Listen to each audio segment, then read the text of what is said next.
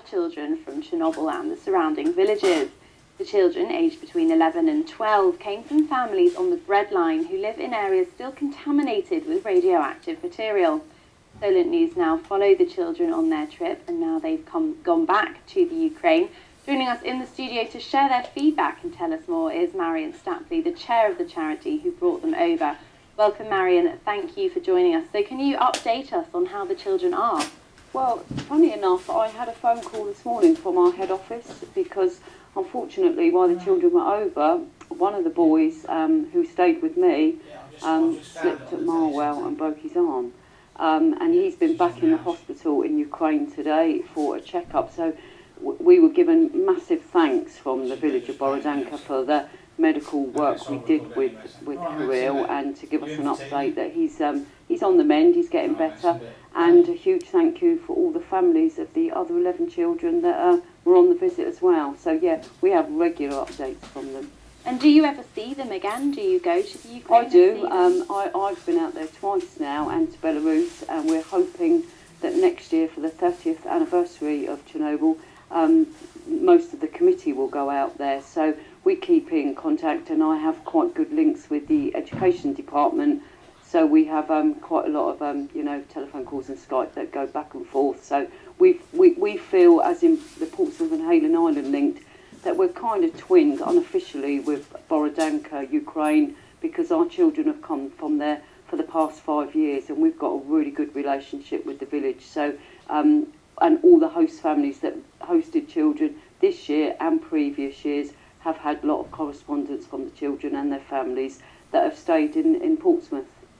So it's been going on for 5 years now. We've been working with Ukraine for the last 5. Prior to that, we worked with the children of Belarus. It was the Belarusians that came over primarily, and then because they had the massive amount of the fallout from Chernobyl, but the children in Ukraine are just as badly affected, and Chernobyl is in Ukraine. So we've broadened the charity spectrum a little bit to cover both the countries. And so those children that would have come kind of in the first years would be kind of 16, 17 or older now. Yes. What things are they doing? Well, some of them, unfortunately, as in most walks of life, some children take the wrong path. We have sadly had a couple of children that have ended up in prison through probably petty theft, through need more than anything. Some have gone on to, go to university, very few, mind you, but most of them have gone on to work with their families in the fields and, surrounding areas and farming mainly.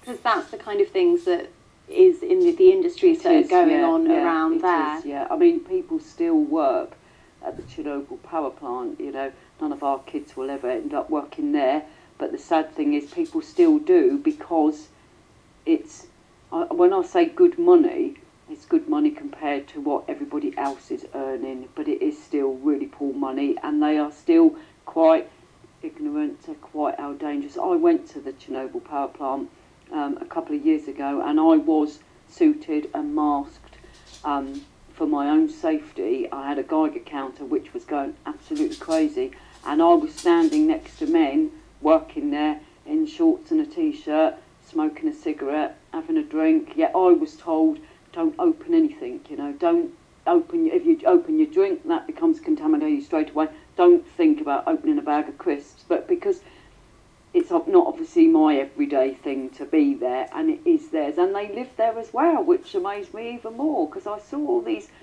flats and I thought, what is that? And it's the living accommodation for the workers. I think they do something like a 3-week on, 3-week off shift system, but it's needs must. They can't get work anywhere else, and they don't realise. And I think the fact that the sarcophagus is now being built, and I'm not being derogatory to anybody, they are quite simple folk there, and I think they think that some of the reactor that is now covered up is probably protecting everybody from anything else coming out. Sadly, that's not the case.